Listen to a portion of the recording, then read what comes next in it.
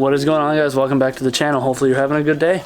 Today's a beautiful Monday, but we got some sour weather coming later in the week, I think, so I'm gonna try and get a little bit of stuff knocked out today, because the rest of the week I'm also gonna be working on my bumper bars for the Integra. I took a pre-order, fulfilled 10 pre-orders. I kind of wanted to keep the amount at one that I didn't feel overwhelmed with. 10 seemed like a pretty good amount, so for those of you that ordered, I can't thank you enough, because this is just a small batch to a big start of potentially my future. So thank you guys for that. But if you guys have been watching the videos, I think I mentioned the last couple of videos, one of the videos ago, or if you follow me on Instagram, you'll have known that my turbo, I believe, is starting to fail on my little Miata here. So right now what it has is a Max Peting Rods GT2871. I don't know much about turbos. I just know that this is like a T25-28 hybrid. It's basically a Garrett SR20 stock replacement, but like a replica one. So it's been solid. I ran the same one in the Del Sol, but it's a little too big for this motor anyway. It's more sized for a 1.8 liter to a 2 liter or 2.4 liter. But the issue I'm having is, like, on D-cell, mostly I'm starting to get some smoke, and I already kind of ran through a few little tests, but the main thing I noticed is I checked my downpipe. It's got not wet oil, but it smells very, very strongly of burnt up oil. My valves were all super clean and everything like they're supposed to be. They're all frost white or whatever, ghost white. Nothing wet in there, no excess smoke anywhere else, doesn't smoke on startup, nothing like that. So I think it's just the turbo, hopefully. But what we have to replace it with is the Max Peting Rods actually hooked it up again. They saved me at least a bunch of money on this thing, because this is their race turbo. Not sure exactly what makes it a race turbo. I was told by them that essentially just uses better internals, but this is actually their GT2860, so the big difference on it, I don't know if you can see it, but it's got their name casted on it. The one thing that I do notice is that the wastegate does not actually plumb back into the compressor housing here, so I'm gonna have to take that to a machine shop, have them drill and tap that. I just don't have the materials for that here, and the local one only charges me a couple bucks anyway. They're really great guys. But if you guys notice right here, I got my exhaust housing all the way off. So I'm sure a few of you guys may already know why, and that's because if you have ever messed with lower quality turbos or cheaper turbos, the main issue is, let's get that wastegate flapper. You see how big the flapper is? Let me focus you up here. Turn on that autofocus, apologize for the noise. This wastegate flapper, focus, very, very large compared to that hole. So that's not a good thing. Made a pit stop on my way home, picked up an electric die grinder. I do have an air powered one, but you know, I only have a 21 gallon compressor over there, and I don't think that's going to cut it. I got some of these carbide burr bits also from Harbor Freight. These are pretty expensive, honestly. I know the good ones are even more expensive, but even these Harbor Freight ones for the 4 was 60 bucks, and it's about the same that I saw online for the most part, and I figured may as well try it because I'm already here, and I just need some new work gloves because mine are trashed. But that's what we're going to do. We're going to try and pour it out or hog out that wastegate actuator hole, and then try and make a little tunnel for the air to help flow to it. So I've seen this on Monkey Mike's channel. So what he did is, you can't really see in there, but in there we're just gonna, you know, make a little channel for the air to more easily and smoothly flow into the wastegate. And again, if you don't know why I'm going to be pouring that, it's because if I were to take my wastegate actuator completely off right now, I'd still be making probably 3 to 7 pounds of boost. We don't want that, so we're gonna pour it out. That way it works as it should.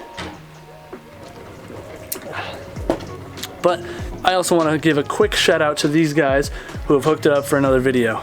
So I don't have a full name for these people. They just go on Instagram as Daisy that contacted me. But what they've done is they've sent me out this nice little Artilink 500 OBD2 scanner. So I know that's kind of redundant because all my cars are OBD1, but I do have family members and friends that all have OBD2 cars, and one of the things I actually had to use this for the other day, I should have filmed it for this part of the video, but I was in a hurry. But my brother has a Hyundai Tucson, Santa Fe, something like that. He's having hit or miss issues, so I pulled this thing out because the other scanner that I had actually kind of died on me recently, and it wasn't working the way it should have. And this thing, let me tell you, it does some pretty cool stuff. Now I know a lot of the ones you can buy at parts stores are pretty fancy and whatnot, and they tell you a lot of things.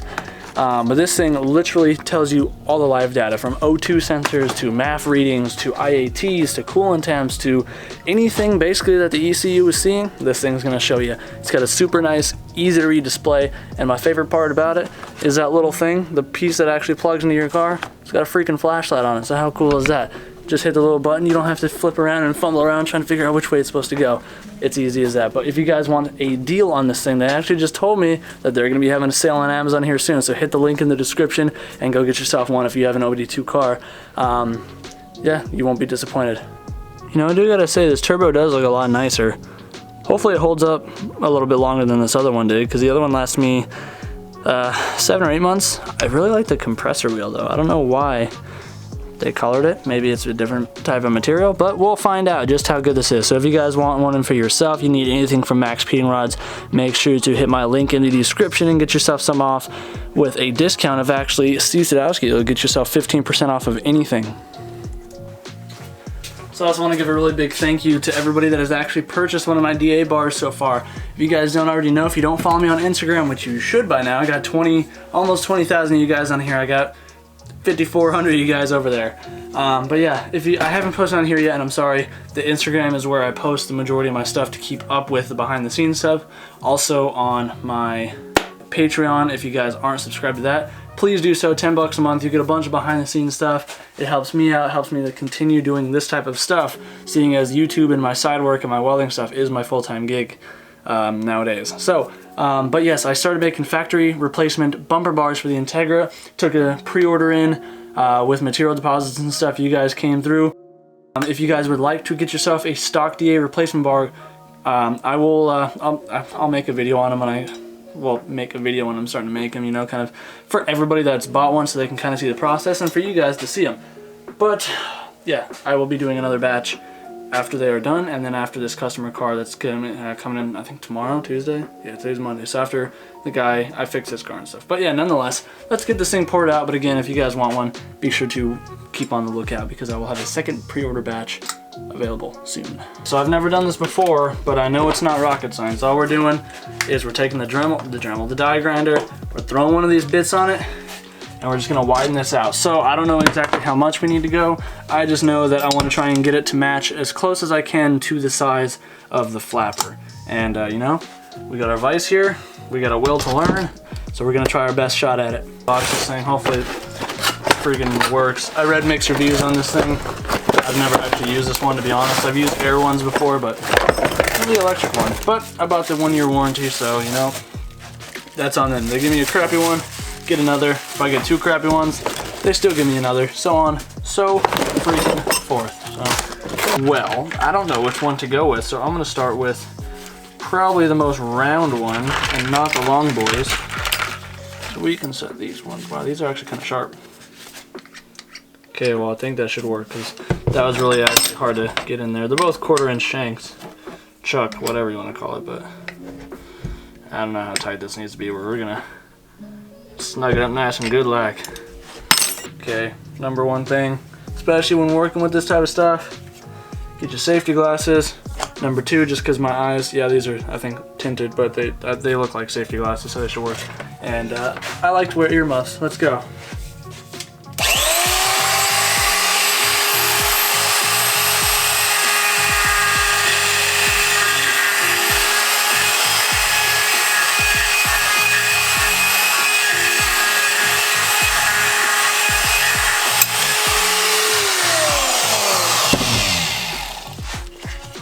Okay, I'm in a shaded area. Those ones are no good. Let me grab my clear ones.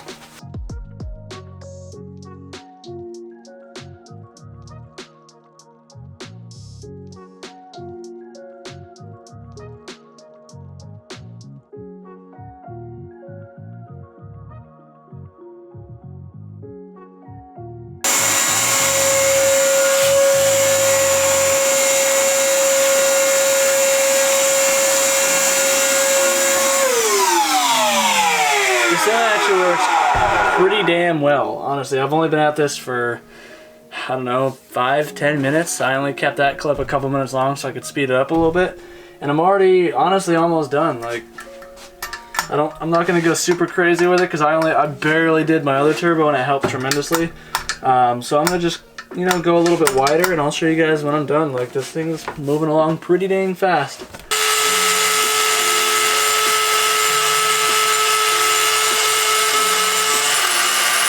That was actually pretty easy. So I just used the zip tie here to hold the wastegate flap open, and I don't know if you can really tell, that hole is much bigger. Let me try and get you focused on here. Work with me, camera. Focus. Okay, there we go. Yeah, much larger hole. That's what she said. And let me see if I can get the flashlight in here. it's not gonna wanna focus. Let me see if I can hold you guys. So I know it's hard to see. Come on. But you see how I kind of carved that little ridge in there to help flow the air towards the wastegate? Yeah, right there. That's what I was trying to do. So that is gonna allow me to actually allow the gases to more freely flow where I need it to go. And by having it flow better, you know, less chances of boost creep and stuff like that. I didn't really have any issues with the old turbo, but you know, I just wanted to make sure that this went really nicely. So now I gotta clean all the shavings out of this thing, but honestly, these bits work fantastic. So pretty hyped on them. I don't know, I didn't know what to expect in the first place, having never used them before, but with how quickly I've been in here since 3:15ish, so it's been 20 minutes. And I'd say I'm pretty much done. So let's go. I mean, obviously I could always port this out a lot more, but I really think this is gonna be totally fine. It's pretty. So I decided to go ahead and gasket match this thing too, which is kind of important this side out because it was actually quite a bit smaller. I should have showed you that before, but now the gasket fits better. It'll flow smoother. I probably should get like a sanding bit. So I'm not gonna bother putting this back on the turbo yet because I'm not gonna be installing it this video because it's gonna be a few days before I can get around to installing this because it's gonna take a little bit more effort than just unbolting and bolting that one on. So, and while it's out, I wanna mess with the turbo manifold, clean it up a little bit, try and rebuild some more of it because it keeps cracking. But yeah, so that's that. That's how you basically go ahead and that's basically how you go about doing that. Goodness gracious. But I'm actually pretty stoked. That's a lot easier than I made it out to be in my head. So, you know what? We're actually going to do the DA bars in this video, or at least get the stuff prepped. So I will catch you guys tomorrow when I go get the material. And I'm going to go skate in the meantime while I still got a little bit of daylight left. So, see you tomorrow. We're in the next day. Got some energy. Just got back from getting material. So we got plenty of round tubing. And then instead of buying pre-cut plates to save some money, since I'm still waiting on the water jet shop to get back to me, I just bought some 11 gauge plate steel so that way I can cut it up myself. Only part that sucks is it may take a little bit longer, but at least I don't have to worry about overpaying. So I save a few bucks doing it that way. So now I'm gonna just get started. I'm gonna start off probably with the tube because we're supposed to get rain the rest of the week after, I think tonight. So I'm gonna try and get all this tube cut, all the tube bent, so that way I already have pretty much almost a full set of the bars notched, the support bar, so then all I can do is just huddle myself in here, cut my mounting plates out and drill them out.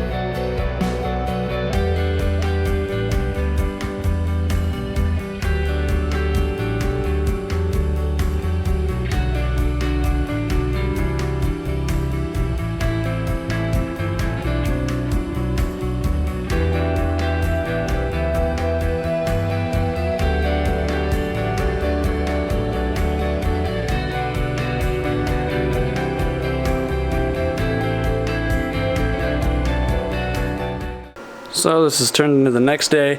I'm almost ready to start tacking stuff together. I got my plates cut and drilled last night. Had to do it all by hand. Actually was able to use the drill press. I know I had said that the drill press sucked before, but turns out if you use new drill bits and cutting oil and just go slow, it works all right. So I've got those all done up. It took me about 3.5 to 4 hours to cut all this, so I really hope the stupid machine shop, water jet shop or whatever, gets a hold of me because I need those cut.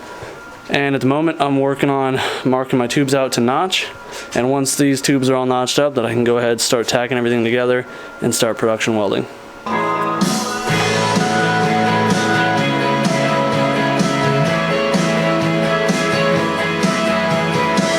Got everything notched up. Pretty stoked on the outcome, honestly. I'm getting even better every time I do this at hand notching. So I do again use the templates off of metalgeek.com. So big ups to my boy Corey.240 on Instagram for even introducing me to that website, because again, those are the things that you print out and you wrap them around the tube, and you can tape them to reuse them like I do, or you can just use them as a one-time use thing, but super useful. So I got my angle found out for the thing. I just gotta tack one together, and then I just gotta modify the fixture just a wee bit, but I'm eating some lunch first, so we'll get back to this. But actually, let me show you guys the little Prelude that got dropped off, because this thing's gonna be, I don't know how many videos I'm gonna end up doing on it, but I'll do enough videos as I can, or as many as I can, until the car is ready to go home. And essentially what's going on, I just noticed the trunk's carbon fiber. Just normal BB6 Prelude. I think it's BB6. Fiberglass hood. So for those of you, you're purists, it is still H series. So we just got to finish this up.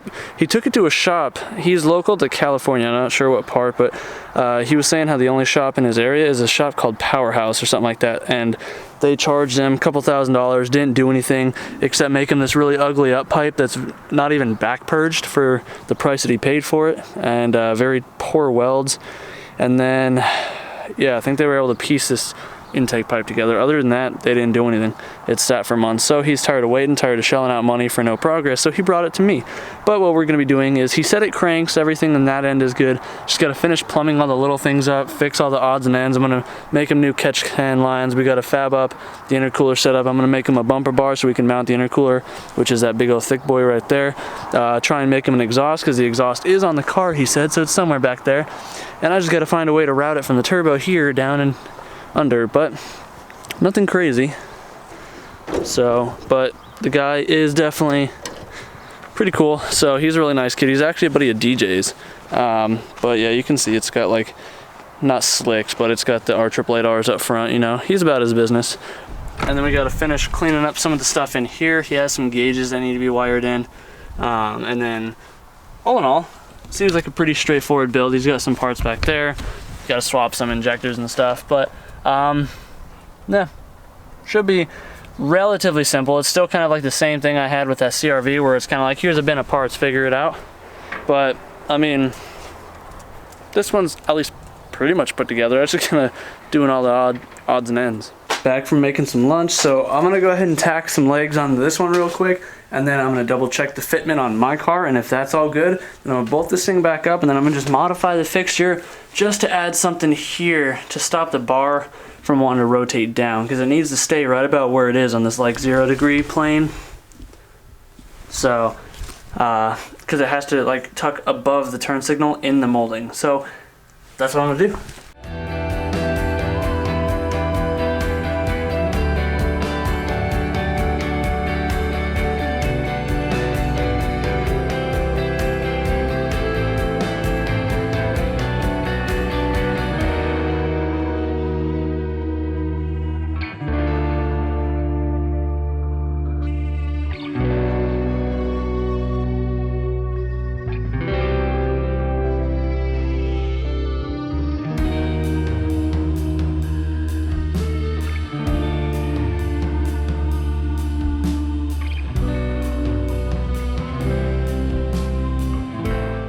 So I just started welding them up. I got the first one completely welded.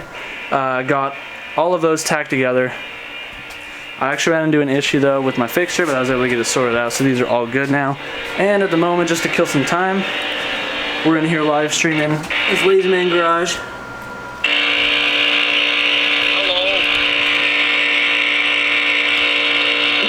And just hanging out, having a couple brewskis, having a good time, bud. But yeah, I'm gonna keep welding. I'll throw you guys up on the time lapse still, and we'll just keep moving along.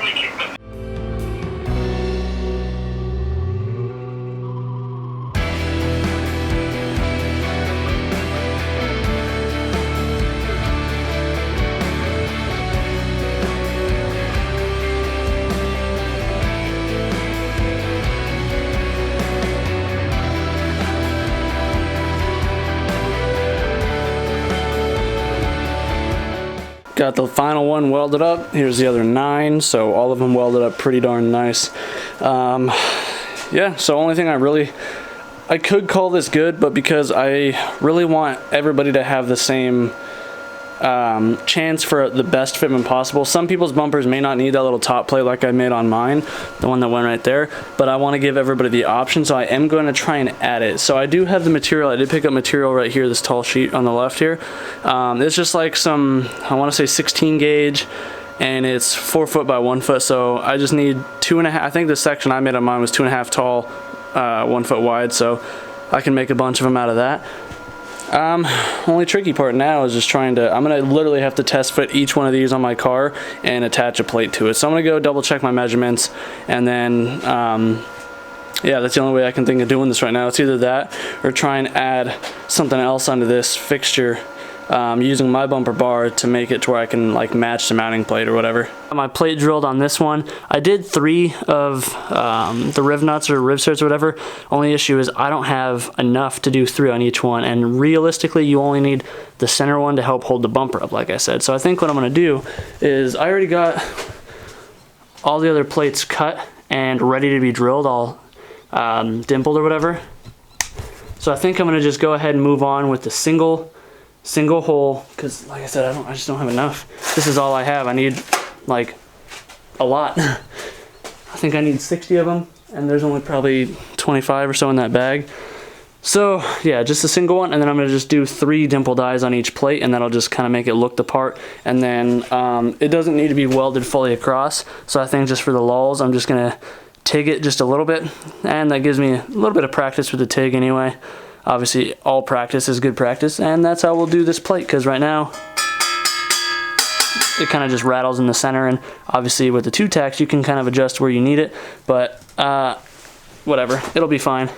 And then as for centering, I actually found that this hole right here is my dead center mark, so all I had to do was line it up with this and weld it on, and this is mint. So I'm going to continue drilling these plates, get the holes cut out, and then use my little dimple die here. Oof. So if you guys don't know what a dimple die is, this is how you get those holes. You see that tapered lip in there, or tapered edge? You got to use this in a press, and you just drill a 1-inch hole saw hole, clean the burrs off, and then use this in a press, and it gives you the dimple.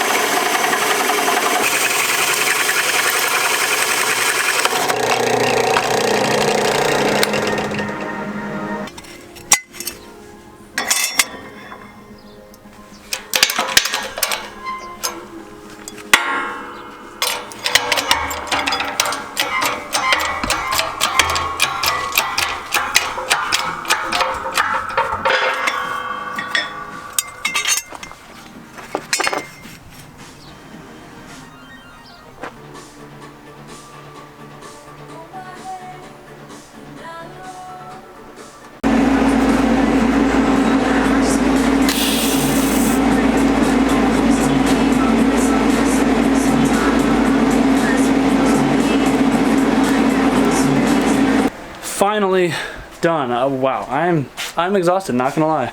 So got all 10 bars, all 10 of them have the gusset plates with the bumper support thingy, whatever you want to call it. And I'm stoked. It was a long 3 days, a lot of work. I've been out here for probably 6 to 9 hours a day, so it's been a lot of work, but it's paid off. So I'm pretty confident. I'm pretty happy with all of it nonetheless. But on that note, guys, I'm going to end this video off here. I gotta clean up. I made a big mess throughout today just doing all the drilling and stuff. So I'm gonna clean up a little bit, and then there's like two mounting plates that I have to hog out one of the holes a little bit because my bit walked to me, I found out. So hopefully next time around I won't have any fitment issues if that shop will ever get back to me on cutting my plates. But if you guys enjoyed it, please be sure to let me know in the comments down below. If you're new to the channel, hopefully you've considered subscribing. Next video we're going to start working on that Prelude because we got some stuff going on with that. Obviously, like I kind of explained to you earlier in the video, if you'd like to support the channel, please by all means sign up for the Patreon or go pick up a shirt or a sticker. We got a new design coming out probably by the time this video goes up. And also, if you guys want to get in on the next batch of bumper bars and stuff like that, I will be doing EF CRX ones soon.